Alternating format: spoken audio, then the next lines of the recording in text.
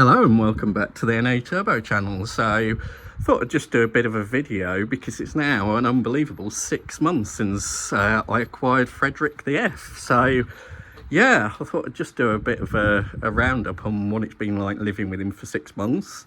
Sort of not really a buyer's guide, but sort of things to look out for really, things that I've learned. So yeah, those of you who haven't seen this on the channel before, so this is my 2000W MGF VVC.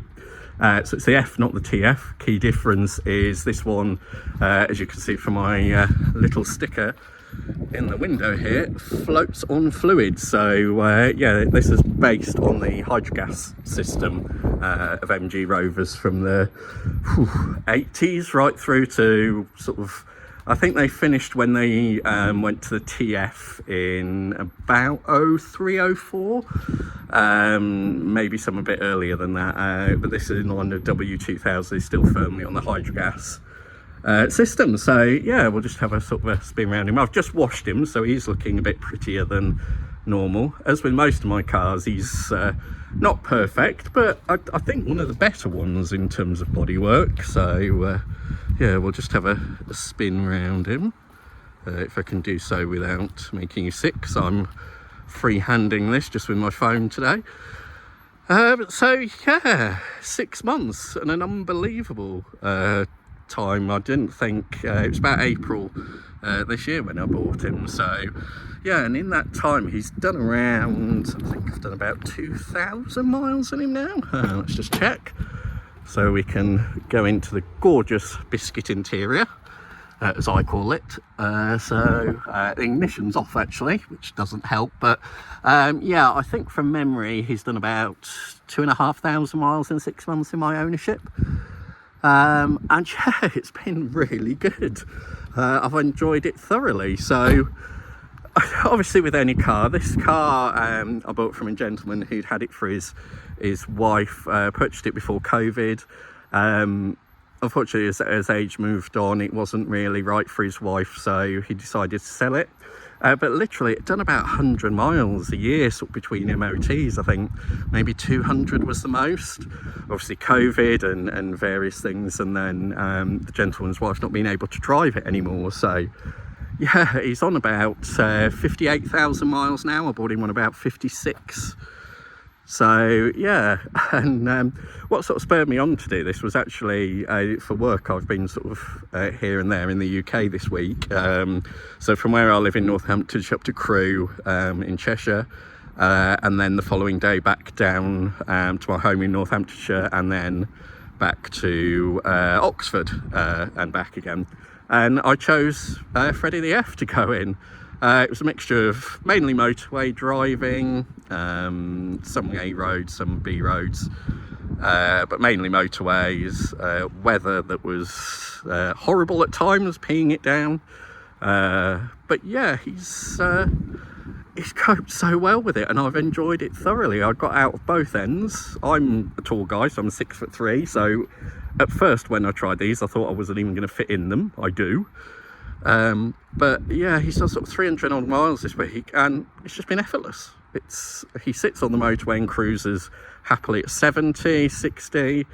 Obviously, because he's low down, things people might want to sort of understand if you're planning to motorway drive them is, you know, you're quite low down compared to trucks and things like that, and it's been quite a while since I've had a car that low down, so just a bit of extra attention on your behalf is required, because you can never be 100% sure that the trucks are going to see you when you're going past. But don't let that make you think it's not a motorway car. It absolutely is. It's completely unfussy. He sits there happily at 60, 70, cruises away with no issues at all. He's returned, I reckon, about on average 40 miles to the gallon. So this one's got the 140-ish brake VVC 1.8K series in.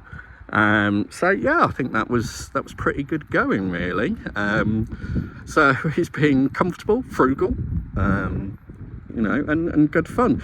I also got hardtop with this, which is in my garage, but the only issue with the hardtop, it's quite an expensive option when new, but the only issue with it is it really takes 2 people to put it on, and I didn't have 2 people at the time. I was leaving for the north. So the only thing I would say is, and it would be any convertible, is on a motorway with a convertible roof, it's going to be noisier than if you're in a hard top. So perhaps next time I think I just switch to putting the hard top on sort of beforehand, and then he's going to quite happily cruise on the motorway just as any convertible or coupe. So yeah, it was a little bit noisy at times through the wind billowing and things, but yeah, that is literally my only complaint. He was being comfortable, soaks up all the potholes because of the hydrogas system. So whilst I've been waxing lyrical, things that I've had to do in the past 6 months, so a couple of them are commensurate with it being sat really. So when we got it, the driver's side rear caliper seized on the way home. We did manage to get it unseized, thankfully, because it was about a 40 miles trip home from where I purchased it from. But that was by sort of not using the handbrake or being gentle with the brakes. So we stripped that caliper down, re-greased it, tried it again. Fortunately, same thing happened. So it was a case of it needed a new caliper. And to be fair, it was about £40 off eBay, and it took about 2 hours to change. So it was well worth it, and absolutely no problems at all since. The rest of the calipers on it are fine. It's had replacement ones anyway in its history. But obviously standing, especially with calipers, leaving the handbrake on and things like that doesn't do them any favours. And that would be the only thing that leads me on to, is the next thing, which is it had a complete hydrogas sphere redone, all of them, which I have bills for in about 2017-16. And they were fine. The chap when I bought it was completely honest, said it sits a bit really low, so he thinks it needs pumping up. So I bought one of the manual pumps off eBay and some hydrogas fluid, and pumped it up, and that lasted for about a week. And unfortunately then I think what finally did it was I came back by one of the awful roads in my area, and then I left it at my mum's house, jumped on a train to London, and my brother sent me a picture showing it was completely collapsed on one side. So that can happen when the spheres go, which is what had happened on this. When we took it off and you looked into it, the sort of rubber in the sphere itself had just sort of rotted, and sort of basically collapsed, and I think that road was sort of its final let go. So I got another sphere. They're not a little bit difficult to get hold of. There are companies out there that do them. There are services out there that do them as well if you want somebody to come to your house and replace them all. Obviously there's quite a large cost involved in that. So I found a company up in Derbyshire that would sell you a remanufactured one, without needing to send the other one back because I wasn't sure of its condition, and I think with delivery that was about £100. So put that on, replaced it. The only pain in the bum really was pumping it back up, because the manual tool that we've got, which connects, if I flip back round, I won't open it, but it connects under the frunk. So you lift the frunk up, and at the wheel at the back, so the spare wheel sits at the front and the radiator, and at the back you'll see there's a plastic cover where your brake, servo and everything is, and behind there there's 2 Schrader valves, one for each side. So we went to pump it up. The professional machines that they had in garages, some still do have them, extrude any air out, because no matter how careful you are, like with anything with brakes etc, you get air in the system. So the manual hand pump version that I've got didn't extrude the air, so we were sort of pumping it myself for ages trying to get it to go back up, and it wasn't moving, and we were putting ridiculous on the gauge amounts of pressure in it. And so we thought something not right here, so we had to sort of have my dad at the rear where the sphere sits. So I'll just ping you back round again. So it was this one replaced on this side, and they sit roughly here. So you can access it by opening the boot and then taking off the inspection panel, little inspection panel cover there, and we managed to get down and in. To do it that way, you do need to be a bit of a Houdini to do it, but yeah, so it we couldn't figure out why it wasn't going up. In the end, we obviously came to the conclusion it was air, so it needed my dad at the back to slacken off the nut slightly, and then me pumping at the front so we could get air out until fluid came out, similar as you do if you're manually bleeding brakes. So we did that, and then sure enough, once we got the air out, the car started to rise and we got it to the correct height, which there's guides online and everything. I think it's 350 mils from memory from the centre cap, so you measure from the centre of the centre cap here up to the top of the wheel arch, and you do a measurement there, and that's how you do the height. This one's looking a little bit low at the moment. It does settle out to the right height, but it's just the incline on my driveway it's on, and obviously on this side you've got more of the heaviness anyway, the engine box, and you obviously sat on this side. So yeah, he's had a new hydrogas sphere on that side, new brake caliper on that side, and that's it. Sorry, the other thing I've done to it, and again, I don't really class it as sort of wear and tear stuff out. I deem it as, you know, service items. So it was ready for a cam belt on age, not mileage. It's already had one done in the past, but it was over on age. So I had a cam belt, water pump, and because it's the VVC, it's got a separate VVC belt that runs off the bottom of the engine, so I had that done.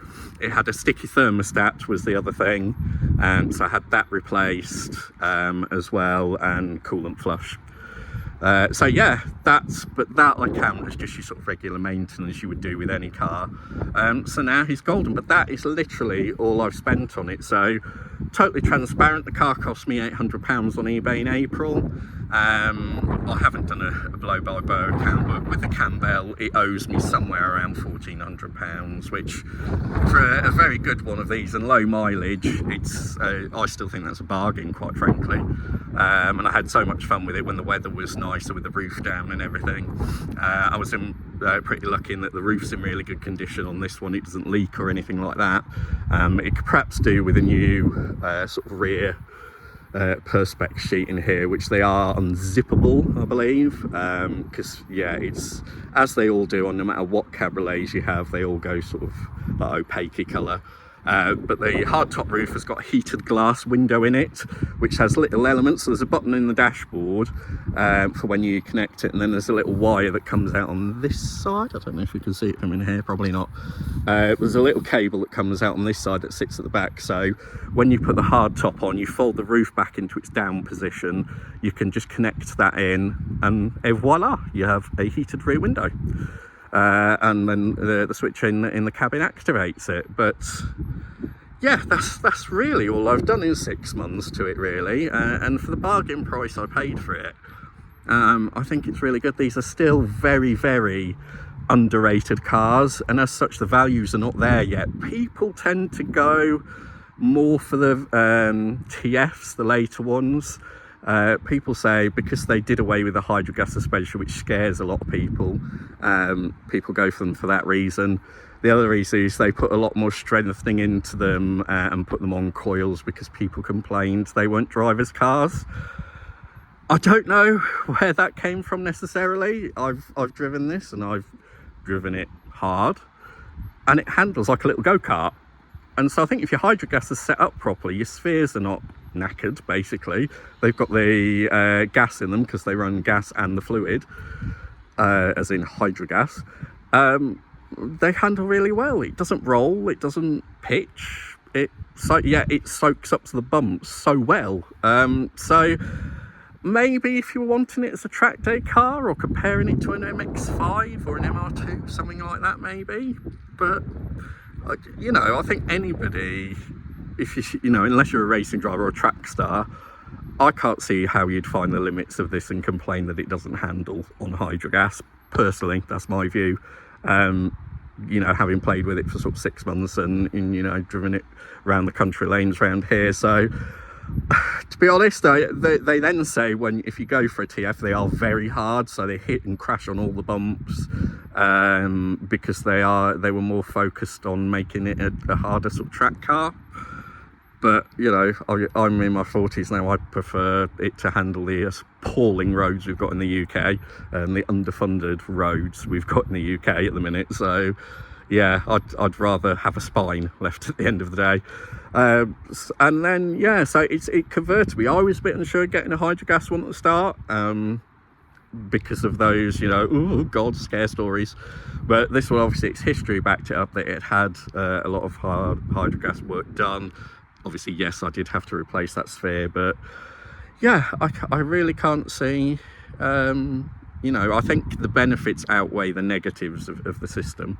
So yeah, that's really sort of living with him for 6 months. The other thing I've done is sort of bits you would expect with any 25-year-old car, especially an MGF of this era. It's had a tickle with a welder on the driver's side sill, which isn't the greatest. It was obviously an MOT station garage repair. So me and Ryan are going to take that out and do it properly. They do go on the sills. The other places to watch out for, this one's a little crusty but okay, is the subframes, because as it famously in its history says, these are based on 2 Rover Metro subframes as they were back then. So you've got one on the front, one on the rear, and they just turn around. So yeah, it has those. They can rot through if you're not careful, and then that becomes an MOT fail, and it can be hard to get them, but also welding them can be a bit of a pain. So I'd just say, if you are sort of looking at one, look to see if it's had work done to the sills, the subframes, or if you can get underneath it and have a look, just to see what they're like. The other thing, obviously we can't do a review of the F without mentioning it. The reason why these cars can do head gaskets is because they have a mild steel coolant pipe, because obviously radiators in the front, engines at the back, that runs the full length of the car underneath. Being mild steel, it rusts and can rust out, and then you can lose all your coolant. And as I think I've said in a previous video, the one thing these K-series engines do not stand for is mistreatment or overheating. This one's had a head gasket, as most of them have. It had it in about, I think fairly late on for this being a 2000. It had it in about 2016, something like that. But if they're done properly, as I've said in another video, if they're done properly and the company, you get a reputable garage to do it, you never have the issue again. So yeah, it's sort of a misnomer. But like I say, one of the things on these is, and this one still has the mild steel pipe, and I'm not sure yet whether I'm going to change it. I had Martin the mechanic, when he did the cam belt for me, and he MOT'd it for me. I had him have a look when it was up on the ramps, and he said this one is getting a bit crusty, so if I was looking to keep it, it'd be something to change out, for they do a stainless steel one, front to back, and then it never has the issue again. My only thing is, at the moment, I don't know what I'm going to do with him. I've sort of got a rough idea in my head, because like with everything, I can't own them all. Reginald, the 620 Ti that I've also got, that you've seen in other videos, he's just having a bit of a rest at the moment. I'm trying to fix some of his oil and power steering leaks. So I've got expense on that. You know, I love this, it's great, I love it for the summer. Obviously 2-seater convertible is not hugely practical. And I really fancy sort of something wafty in a state. So his future, I'm probably going to look to keep him through next summer, so I can get some of the value out of obviously having the cam belt done and everything, even though it's future proofing for whoever, if I sell him, whoever takes him on next, as well, because it won't have to have it done for another, I think there's 6 years on these. So yeah, it was worth doing. But yeah, I'm not sure if I'm going to keep him after next summer. I might do next summer with him, take him to a few more shows, enjoy the summer in him, and then coming into the following summer I might moving on to another owner. But yeah, that's sort of been my history with him. Like I say, there's still odd rust bits where it's got, as any 25-year-old car would have around it, spots that I do need to touch up and fix. I'm slowly going around them bit by bit. But generally he's not that bad. He had issues on here with rust. I think it hadn't had a windscreen before. I had to have the windscreen replaced, so something hit it. Yeah, and same with this side. It looks like a stone in the past had sort of set some rust off here, so I took it back to proper bare metal, treated it and sprayed it. Wings as well, it had a bit of rust on those and around the rear arches here as well. So the only other thing I'd say as well, and they put them all on all MG Rovers of this era, as Ryan calls them, the rust trappers. So on the inside of the arches there is a like a little rubber strip that clips in and goes round the arch. I think it was there to sort of, in theory, keep stone chips away, but all it actually does as the rubber gets older and perishes is let water and dirt sit behind it, and then it starts rusting. So if you do buy one of these, it's still got them on, the first thing I would do is take them off, have a look round it. If there's any rust repair needed, treat it, repair it, but then leave them off. I've took them all off this. I think I've just still got one to do on that side, because yeah, Ryan's had the same issue on the he's 45. We saw them on the ZR as well, and they do just trap rust, so I'd remove them. But yeah, I think that's it really. So 6 months in, and yeah, I'm still dead pleased with him. He gets a lot of attention, and rightly so. And yeah, so I'm going to keep him through to next summer. I'll just open this side. So I think I've shown you around him before anyway, but you can just have a look at the lovely, as I call it, biscuit interior this side. Other little bits are just little bits I've had to do. So you can see it's got, if I zoom in slightly, it's got new heater knobs on there. You can buy them off eBay, proper aluminium ones, because the plastic ones, with the age of people turning them a split, and then your heater doesn't work because it spins round. The centre console's gone a bit sticky because it was the soft touch plastic stuff. And interior wise, that's it really. He's wearing well. So yeah, I just thought I'd do what 6 months of ownership's with him's been like so far, and here's to a happy sort of another 6 months. But yeah, I'll leave you now. Do like and subscribe, share with your friends, and do leave a comment if you like. Thanks for now. Bye bye.